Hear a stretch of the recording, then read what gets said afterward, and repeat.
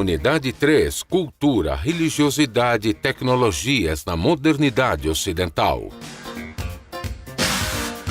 Aula 11.1, Conteúdo, Expansão Marítima e Comercial de Portugal e Espanha.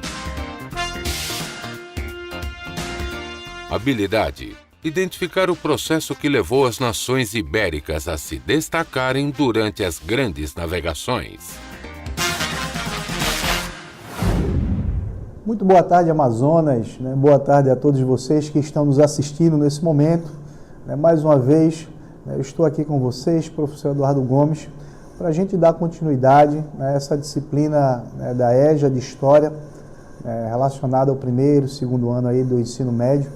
É sempre um prazer interagir com vocês, estar essas tardes com vocês. Hoje, gente, a gente vai ver um assunto muito bacana nessa primeira aula, relacionado ao processo da expansão marítima comercial europeia, das grandes navegações. Mas antes disso, vamos para o nosso momento de revisão.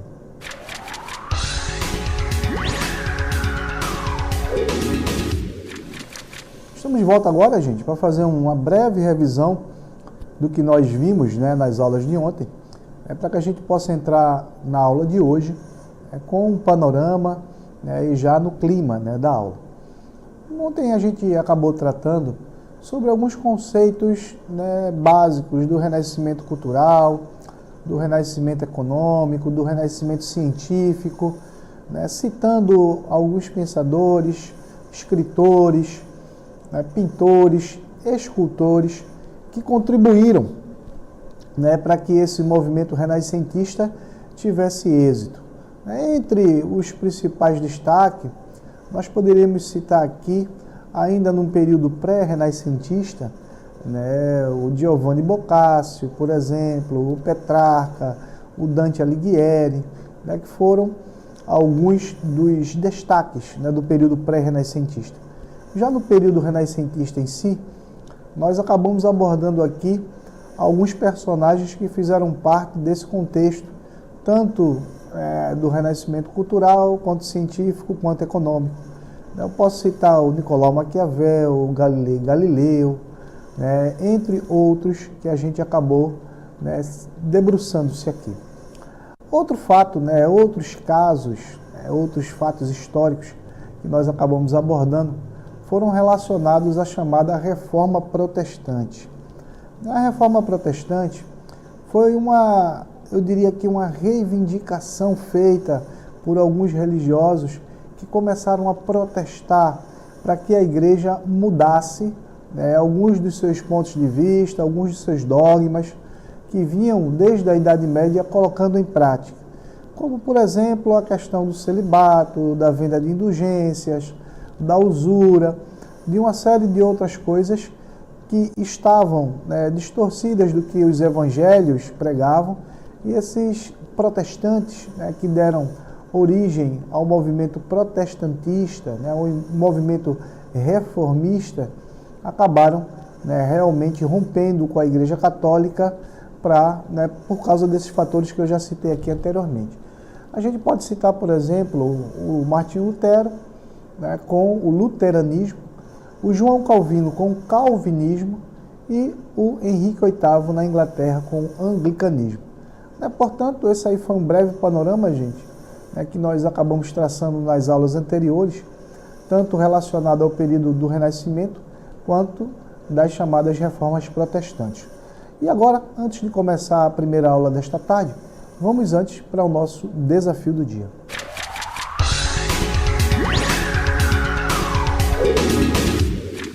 Muito bem, pessoal, no nosso desafio do dia, eu vou pedir que vocês observem essas imagens que eu vou colocar aí na sequência na tela e descreva a utilidade desses instrumentos que foram utilizados pelos portugueses nas antigas navegações por oceanos e pelos mares. Eu vou colocar aí para vocês na tela, para que vocês possam observar as imagens que eu gostaria que vocês observassem.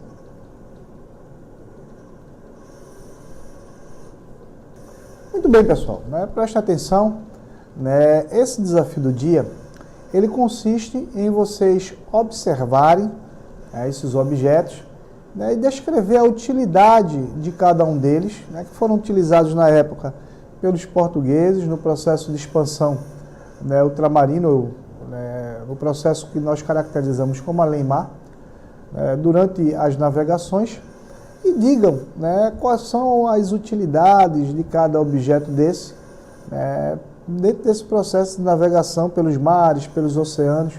Vocês vão observar a aula, vão prestar atenção, né, quando eu tocar, né, no nome desses objetos, e na sequência, no nosso momento de interatividade, gostaria que vocês dissessem a utilidade, né, desses objetos para as grandes navegações, tá? Depois disso, vamos dar início agora à nossa primeira aula desta tarde, e na sequência, na interatividade, nós retornaremos para que vocês possam, né, fazer, né, e responder essa atividade. Vamos lá.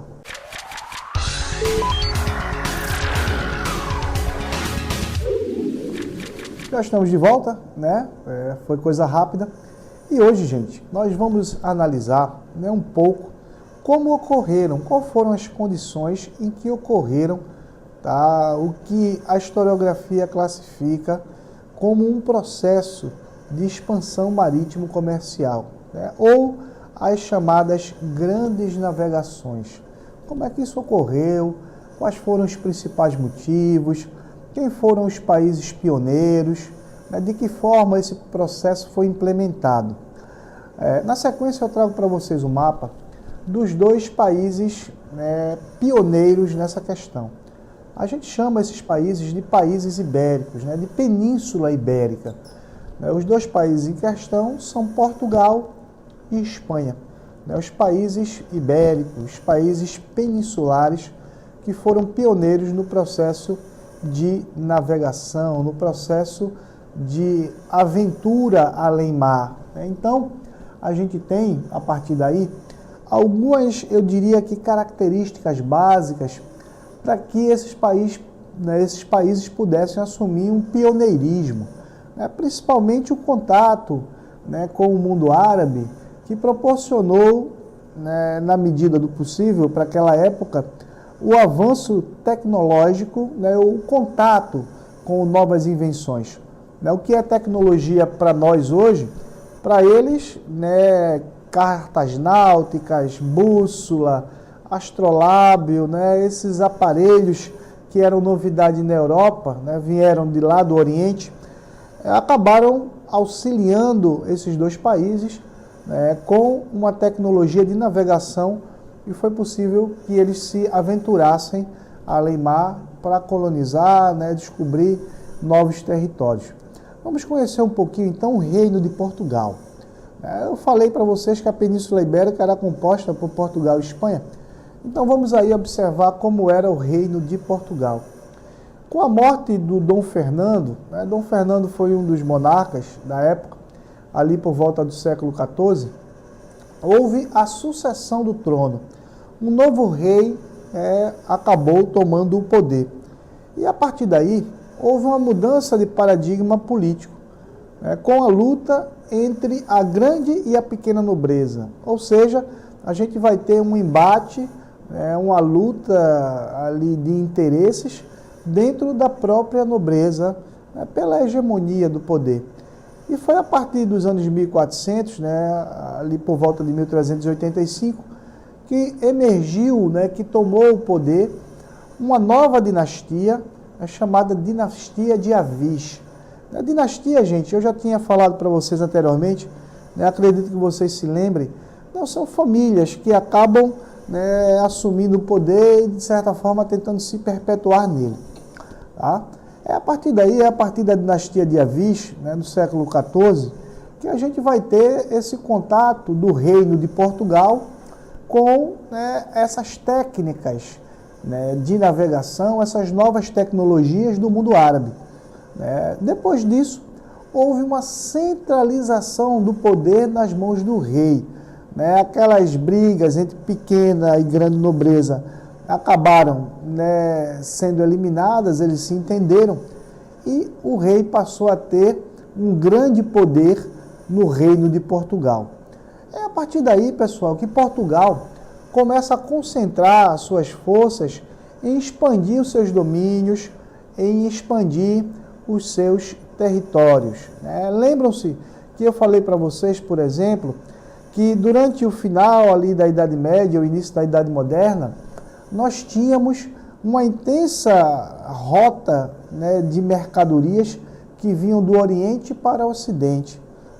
Portugal, inclusive, além de outras cidades da Europa, eram beneficiados por essas rotas comerciais com as especiarias, que eram produtos que vinham do Oriente.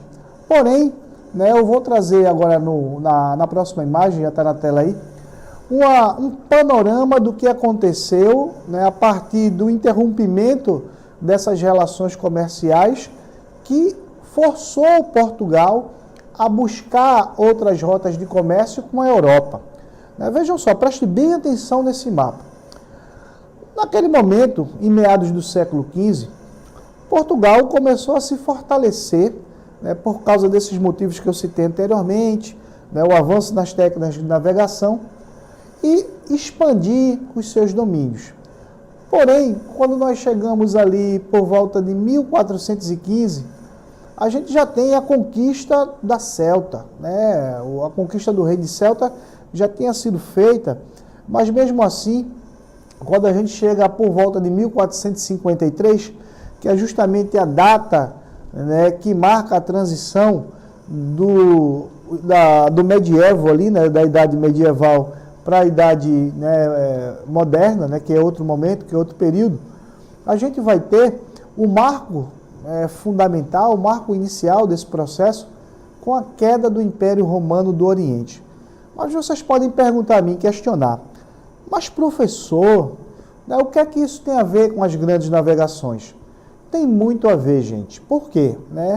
A partir do momento que o exército turco-otomano invadiu Constantinopla, ele proibiu o comércio de especiarias com o Ocidente.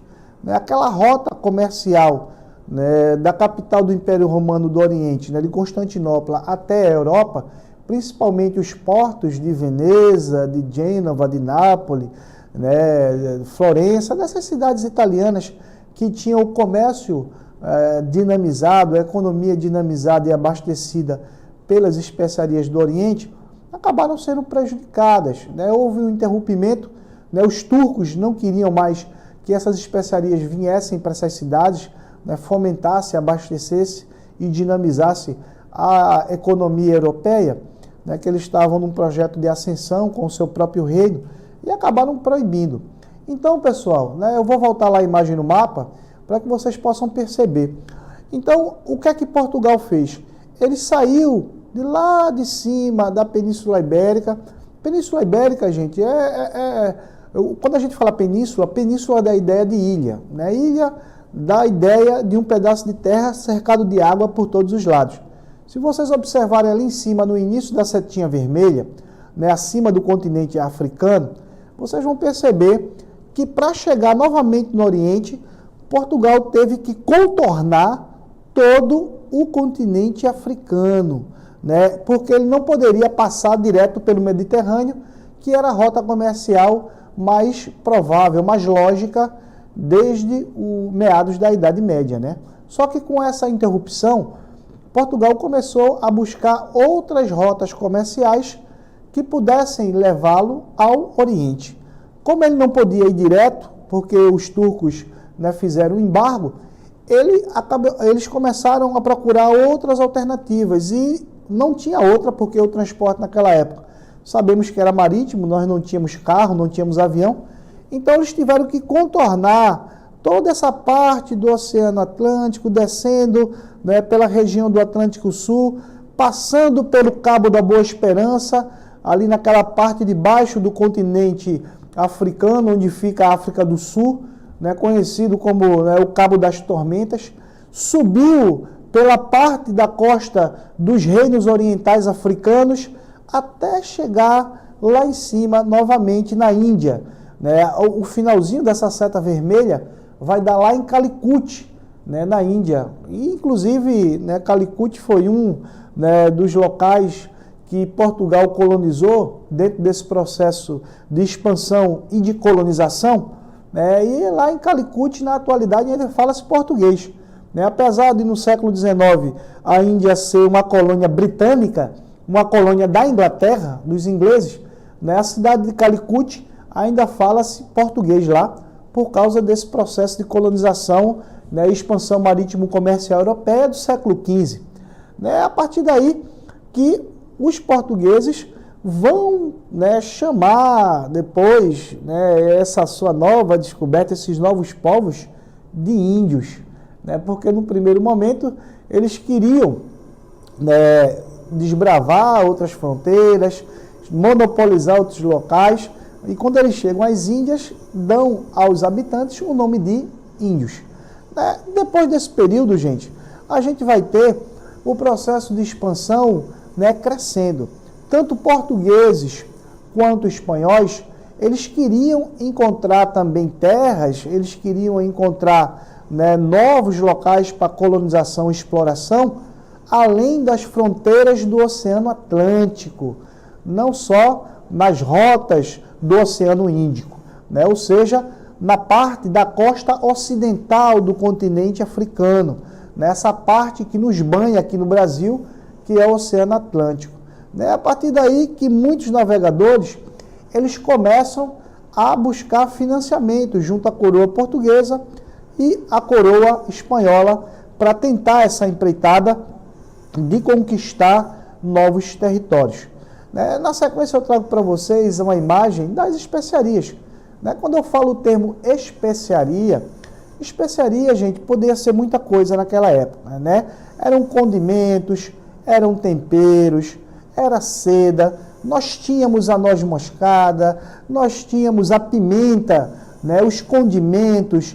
Né? A pimenta era muito utilizada na antiguidade, justamente porque havia uma necessidade de conservação dos alimentos. Então, essa rota, né, de comércio com o Oriente, ela era uma rota muito lucrativa, né? Uma rota que a gente pode classificá-la como uma rota de comércio, uma rota mercantilista. Ora, o que é o mercantilismo? Qual é o objetivo de um país europeu, né, tentar explorar uma rota comercial pelo mar? O mercantilismo é um comércio marítimo, gente. O principal objetivo do mercantilismo era o metalismo, né? A proposta metalista. O metalismo, ele era a busca pelo ouro. Né? O principal objetivo desse processo de expansão marítimo-comercial europeia, sem dúvida alguma, foi a partir desse sentimento e dessa proposta metalista. Né? A busca em encontrar esse metal precioso, encontrar o ouro, coisa que só ocorreu, né, a partir do século XVII em diante. Naquele momento ainda eles não tinham encontrado nada, né, principalmente na América, né, aqui no Brasil. Eles também tinham o interesse de angariar recursos para manter a sua balança comercial favorável. Ora, vocês podem me questionar, e o que seria uma balança comercial? A balança comercial, gente, é a diferença entre o que entra e o que sai no país, entre o que o país importa e o que o país exporta. Então, se eles tivessem um ganho maior, né, sem ter que fazer muitos investimentos, evidentemente, eles iriam ter um acréscimo na sua balança comercial. Eles também praticavam uma política de intervencionismo. Né? O que é intervencionismo? É você intervir em outros mercados, né? Você ter uma participação direta na exploração e na colonização de outros territórios. Além disso, praticavam uma política chamada de protecionismo. Né? O protecionismo é a proteção de mercado, né? A proteção das suas mercadorias, é até mesmo a majoração, né? O aumento de determinados produtos para valorizá-lo, né? No mercado externo. Então a gente tem uma série de estratégias que o mercantilismo acaba, né, diria que assim, apoderando-se. Né? A busca por novos mercados consumidores também foi uma latente, né? uma coisa constante dentro daquela proposta metalista. Né? Não só dentro da proposta metalista de exploração, mas também na oferta de determinados produtos, porque quando os portugueses começam a fazer aquela volta toda no território do continente africano, eles também acabam, de certa forma, fazendo, estabelecendo entrepostos comerciais. Um entreposto comercial, gente, era o que, guardado as devidas proporções, Cartago representava para Roma, Cartago representou para os fenícios na antiguidade. Então vocês podem fazer esse paralelo, tá? Portugal acabou conquistando Celta, ali no século XV, logo no início, como eu acabei frisando para vocês, e nós vamos ter, por conseguinte, essa relação direta com a queda do Império Romano do Oriente, que nós classificamos como Império Bizantino, ou Constantinopla. Constantinopla porque foi uma homenagem ao imperador Constantino, tá, gente? Eu trago para vocês na sequência, nesse tópico, para que vocês possam observar. Quase na metade do século XV, ali por volta de 1453, o exército turco-otomano tomou os limites de Constantinopla. E, a partir daí, é que teve oficialmente o fim do Império Romano do Oriente, essa Roma antiga, que a gente acabou falando para vocês também durante as aulas. E o caminho do Oriente foi interrompido, por isso que os portugueses acabaram fazendo esse processo de procurar outras rotas comerciais. O desenvolvimento tecnológico, a partir do contato com o mundo árabe, ele também acabou ganhando outros contornos, depois que Portugal e Espanha tiveram contatos com outros instrumentos que possibilitaram um avanço nas técnicas de navegação.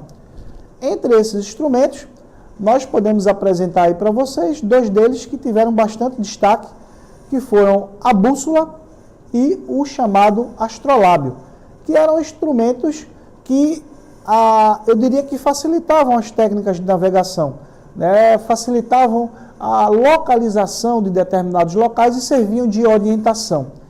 Aí, gente, na próxima cartela, eu trago aí para vocês a imagem de algumas embarcações dos países ibéricos. Do lado esquerdo da tela, nós temos um galeão espanhol, uma representação de uma embarcação antiga espanhola, ibérica, e do lado direito, mais conhecida, uma caravela portuguesa, essas caravelas ali com o símbolo da Cruz de Malta, que inclusive foi o símbolo atribuído ali ao Vasco da Gama, que deu nome até a estádio, a time de futebol aqui no Brasil, e uma série de outras representações que ficaram da cultura portuguesa na nossa cultura.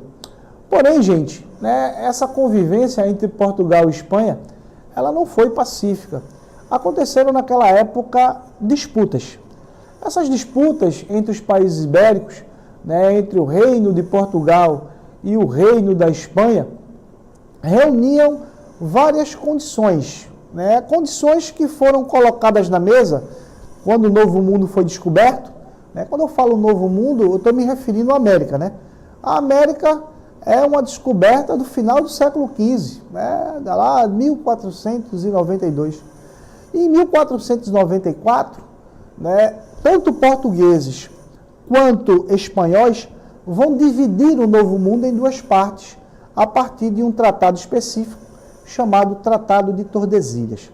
Mas, antes disso, eu trouxe para vocês um trecho de um vídeo, onde eu acabo demonstrando um pouco dessas naus, desses barcos, dessas caravelas portuguesas, como eram essas embarcações. Vamos lá assistir, é muito bacana.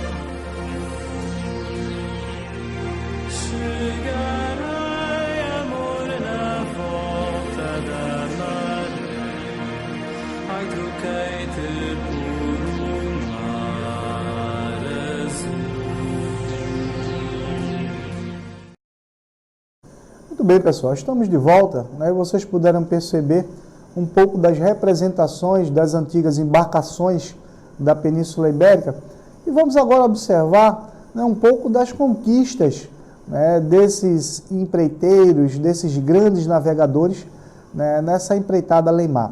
A primeira delas, eu acho que teve mais relevância, né, sem dúvida alguma, foi ali por volta do final do século XV, né, em 1492, com o navegador, né, espanhol Cristóvão Colombo, que descobriu a América, né, o que a gente compreende como Novo Mundo. E já em 1500, o Pedro Álvares Cabral aqui no Brasil.